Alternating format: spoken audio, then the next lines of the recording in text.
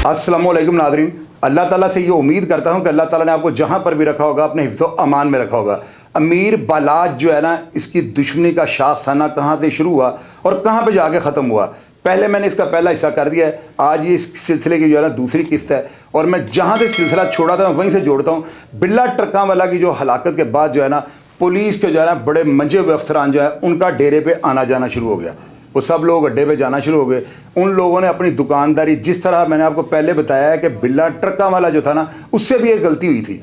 जहाँ से ये दुश्मनी स्टार्ट हुई है, बिल्ला ट्रकां वाला के अड्डे के अंदर जो है ना कोई झगड़ा हो जाता है। गालबन वो टीपू का जो है ना कोई कज़न था या अजीज़ था, जिम्मी लंबा उसका नाम था और बड़ा तकड़ा वो नौजवान था। उस झगड़े में जो है ना पुलिस वाले जब ये देखते हैं ना कि बिल्ला ट्रकां वाला जो है इसने मामले को रफा दफा कर दिया और ज़्यादा नहीं उछाला, यानी कि लोगों का जो है ना शालमी के लोग इकट्ठे होते हैं और कोई सुलह सफाई का मामला जो है ना हो जाता है, तो पुलिस अफसरान ने जो है ना इस बात का तासुर अच्छा नहीं लिया। चूँकि उस वक्त जो है ना CIA कोतवाली के अंदर सुल्तान गाड़ा, चौधरी सदीक, ये चोरी शफकात साहब, राय मीर खरल, रऊफ डोगर, असलम शाही, गुलाम मोहम्मद कलियार, अल्ताफ जग्गा, गुल असगर साहब, इस तरह के जो अफसरान थे ना बिल्ला ट्रकां वाला के दौर में इनके मंजूर नज़र थे और इनके साथ बहुत गहरे लोगों के ताल्लुकात थे। चूँकि ये बिजनेसमैन फैदपोश आदमी था, बिल्ले ट्रकां वाला का बदमाशी के साथ कोई दूर दूर तक वास्ता नहीं था। ये तो हनीफे को इसने अपने पास गनमैन रखा और वहाँ से सिलसिला चल पड़ा। हनीफा वगैरह जो थे ये लोग चक्के थे, अखाड़ों के अंदर ये जोर करते थे, अंदरून शहर की ये पैदाइश थे।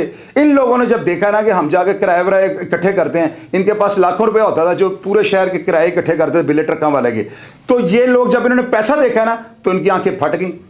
इन लोगों ने वो जो है ना अपनी औकात दिखाई और बिल्ला ट्रकां वाला को ब्लैकमेल करना शुरू कर दिया, जहां से फिर जो है ना कत्ल की FIR दर्ज होती है और उसके बाद ये सिलसिला सारा चल पड़ता है। अब नाज़रीन, जो टीपू ट्रकां वाला था ना, उसके पास नवीद सईद का आना जाना, उसके अलावा बड़े मंजे अफसर चौधरी शफकात साहब के साथ बहुत गहरे ताल्लुकात थे और चौधरी शफकात साहब इसके धड़े के थे।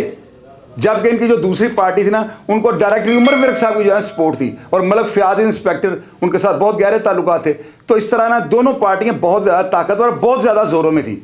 तो नाज़रीन, टीपू ट्रकां वाला जो था ना एक बिजनेसमैन था। इस बंदे के 100-200 ट्रक जो है ना हर शहर के अंदर जो है जाते हैं और उसका पूरा अड्डा है शालमी के अंदर ना। जितनी भी प्रोडक्ट्स बाहर से आती हैं ना, सब टीपू गुड्स जो है ना इसके नाम से इनका अड्डा है और वो सारी वहाँ पर ट्रक अनलोड और लोड हो रहे होते हैं। इतनी बड़ी लाहौर की पार्टी कि आप यकीन करें कि मियाँ नवाज शरीफ लेवल की शख्सियात हैं। इन्होंने जिसके पीछे हाथ रखा वो बंदा इलेक्शन में सिलेक्ट हो जाता है, ख्वाह वो MP हो, ख्वाह वो MN हो। इतने ताकतवर लोग।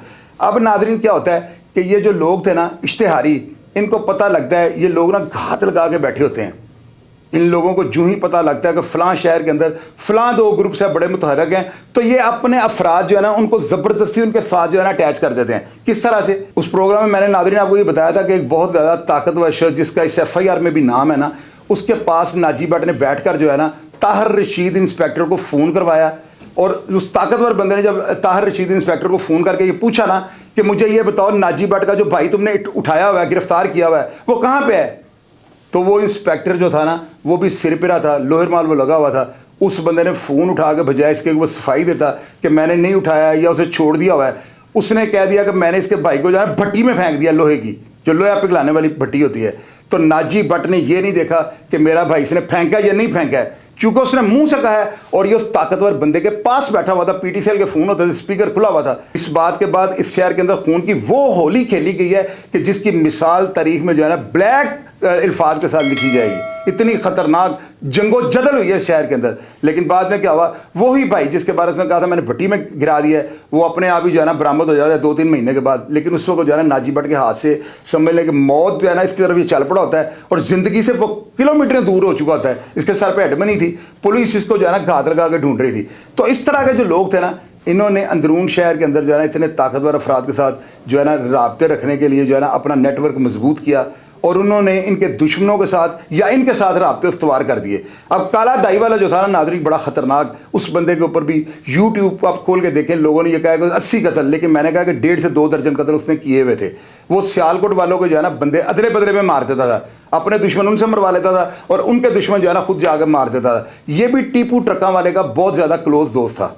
अब नाज़रीन, जो शफीक बाबा और हनीफा थे ना, ये कराची मफरूर हो जाते हैं। इन्होंने बिल्ले ट्रकां वाले को कत्ल किया हुआ था, शहादती मारे हुए थे, चंगेज़ शाह को इन्होंने कत्ल किया हुआ था, मियां अमजद पर इन्होंने फायरिंग की हुई थी, उसको हलाक किया हुआ था और बिल्ला ट्रकां वाला के कत्ल के जितने भी शवाहिद थे ना, ये जितने भी शहादती थे उनको ख़त्म कर दिया। पीर चक्री को भी इन्होंने कत्ल कर दिया, पेजा TNT वाला जो था वो भी कत्ल हो गया। आज तक इनका कत्ल नहीं पता लगा क्या हुआ है, लेकिन ये सिर्फ दुश्मनी में जो है ना सारे लोग जो मारे गए हैं। अब नाज़रीन, जब हनीफा और शफीक बाबा जो है ना ये दोनों पुलिस मुकाबले में मारे जाते हैं ना, एक जो था शफीक बाबा, इसको मियाँ शफकत साहब ने जो है ना दरिया रावी पर ले जाकर मारा था। सुनने में नाज़रीन ये है कि एक ही दिन में ये दो अलग-अलग पुलिस मुकाबले हुए थे।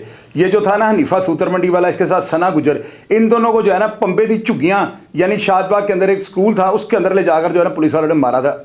ये इसमें जो था ना वो भट्ट साहब नामी इंस्पेक्टर थे जिन्होंने ले जाकर इनको मार दिया था, फ़रूक उनका नाम था गालबन। और दूसरी तरफ जो था ना मियाँ शफकत साहब ने शफीक बाबा और मियाँ दाऊद को दरिया रावी पर ले जाकर जो है ना पुलिस मुकाबले में मार दिया था। अब इसके बाद क्या होता है, अमूमन ऐसे ही होता है कि लोग अपने मेन दुश्मन के मरने के बाद जो है ना रिलैक्स हो जाते हैं। इसी तरह हुआ ये जो टीपू ट्रक्का वाला था, ये ज़ाहिर है 100% ये लिखी पड़ी बात है कि वो भी कुछ रिलैक्स हो चुका हुआ था। नाज़रीन, टीपू ट्रक्का वाला जो था ना इसने हवाओं के रुख मोड़ दिए हैं। यानी कि लाहौर के अंदर अगर कोई बंदा ये कहे ना कि गनमैन लेने का फैशन, तो ये सारा क्रेडिट जो है ना ये मैं टीपू ट्रक्का वाले को दूंगा। टीपू ट्रक्का वाला 50 से 100 गनमैन लेकर जो है ना मुसल्ला कलाशन कोफें छन्ने लगे होते थे और ये लाहौर की जिस मर्जी शाहरा पे जो है ना खड़ा हो जाता था और पुलिस और अदारे इसको कभी भी जो है ना यानी कि रोकना या इसके असले के लाइसेंस चेक करना मुनासिब नहीं समझते थे।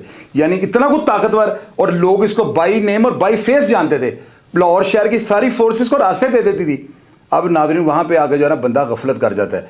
टीपू ट्रक्का वाला दुबई जाता है और उस काम के सिलसिले में जब वापस आता है ना तो लाहौर का जो इंटरनेशनल इलामा इकबाल जो एयरपोर्ट है ना वहाँ पर जो है पार्किंग के अंदर जो ही ये पहुँचता है तो वहाँ पर खुरम इजाद नामी एक लड़का 9mm के मुसल्ला पिस्टल के साथ जो है ना इसके ऊपर हमलावर होता है और टीपू ट्रक्का वाला पर फायरिंग कर देता है और वो जानवर नहीं होता, हलाक हो जाता है। तो नाज़रीन, इसके जो टीपू के कत्ल की FIR थी ना ये ख्वाजा तारीफ गुलशन तीफ़ी भट्ट साहब पर, शहबाज साईं पर, उसके अलावा जो है ना इमरान गोली, एहसन शाह और खुरम इजाज भट्ट जो कि रेड हैंडेड वहाँ पर पकड़ा जाता है। उसके बाद इस मुकदमा कत्ल में जो है ना खुरम इजाज को जो है सजाए मौत हो जाती है। अभी सुनने में ये है कि शेखुपुरा जेल में जो है ना उसकी सजाए मौत जो है वो ख़त्म हो गई है, कोर्ट ने ख़त्म कर दिया है और अब उसकी जो है ना 25 साल सजा रह गई है और वो कुछ अर्सा तक जो है ना रिहा होने वाला है। यानी टीपू ट्रक्का वाला का जो मेन कातिल था ना जो जिसने जाके हलाक किया है वो बंदा रिहा होने वाला है। अब नाज़रीन, इस टीपू के कत्ल से पहले जो है ना 2003 में ऐवाने अदल के बाहर जो है ना टीपू ट्रक्का वाला पर जो है ना जानलेवा हमला होता है जिसमें इसके जो है ना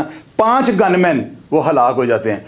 टीपू ट्रक्का वाला जो है ना ज़िंदगी और मौत की कश्मकश में कुछ देर रहने के बाद जो है ना 2-3 दिन बाद डिस्चार्ज हो जाता है। अल्लाह ताला ने उसको ज़िंदगी दे दी। ये इसके कत्ल से कम अज़ कम 7-8 साल पहले की बात है।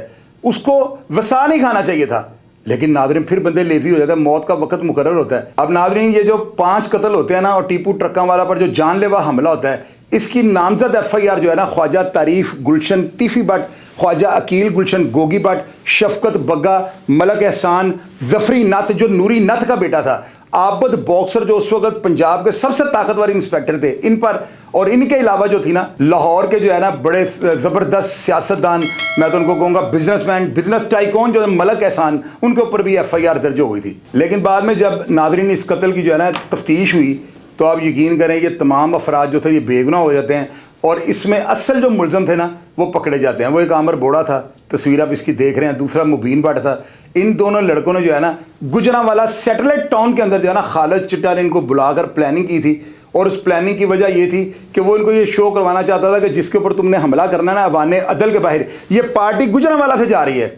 उनके जहन के अंदर जो है ना कॉन्सेप्ट डालने के लिए कि हम गुजरांवाला में प्लानिंग इसलिए कर रहे हैं कि यहाँ से बंदे ने जाना है। तो ये दोनों बेवकूफ़ वहाँ पे जो है ना क्रिकेट बैग की किट लेकर खड़े हो जाते हैं और आप यकीन करें नाज़रीन इन बेचारों को ये पता ही नहीं था कि जिस पे ये हमला करने जा रहे हैं वो इस शहर का सबसे ताकतवर आदमी है।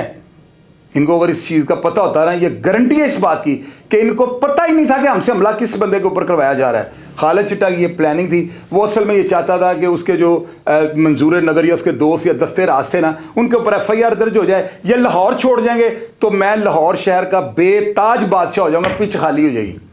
अंडरवर्ल्ड की अपनी ज़ाती जो है ना ये टसल थी, अपनी ज़ाती रंजिश थी और खालिद चिट्टा जो है ना एक ऐसा ख्वाब देख बैठा हुआ था जो उसकी ज़िंदगी में तो पूरा नहीं हो सकता था। वो जो ताकतवर अफराद थे ना उनकी जड़ें और उनके पंजे शहर के अंदर बहुत ज़्यादा मजबूती से जकड़े हुए थे खालिद चिट्टा बेचारा एक माड़े घर का लड़का था। मैंने आपको बताया कि उसका बाप जो है ना रेडी पे चने बेचता था और एक ही मरले का घर था, गालबन 4 मंजिलें उसने बनाई थी। उस बेचारे का मुकाबला ही नहीं बनता था उन ताकतवर अफराद के साथ। तो फिर जो है ना खालिद चिट्टा जो है स्क्रीन पे आता है और ये कत्ल शफाफ हो जाता है, पता लगता है खालिद चिट्टा जो है ना उसने सारा प्लान किया था।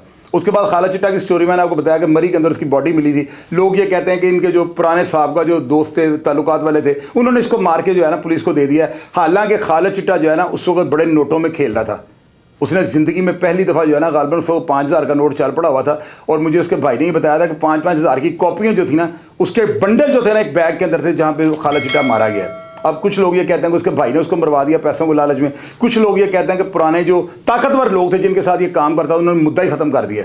तो नाज़रीन आप यकीन करें कि वो जो मुबीन भट्ट था ना वो बेचारा लवारसी में जो है ना इतना तंग था कि वो अंदर से जो है ना लोगों को भत्ते के लिए फ़ोन करने शुरू कर देता है। उसको ताकतवर लोग थे ना बाहर वाले, ये प्लान करते हैं और आप यकीन करें कि उसको जेल के अंदर से निकलवाते हैं पुराने केस की तलबी में। और जो ही वो जेल की ज्यूरिसडिक्शन से बाहर निकलने लगता है तो मकसूद हयात बाबा इंस्पेक्टर और 5-6 पुलिस अफसरान ने वहीं पर उसको मौत के घाट उतार दिया।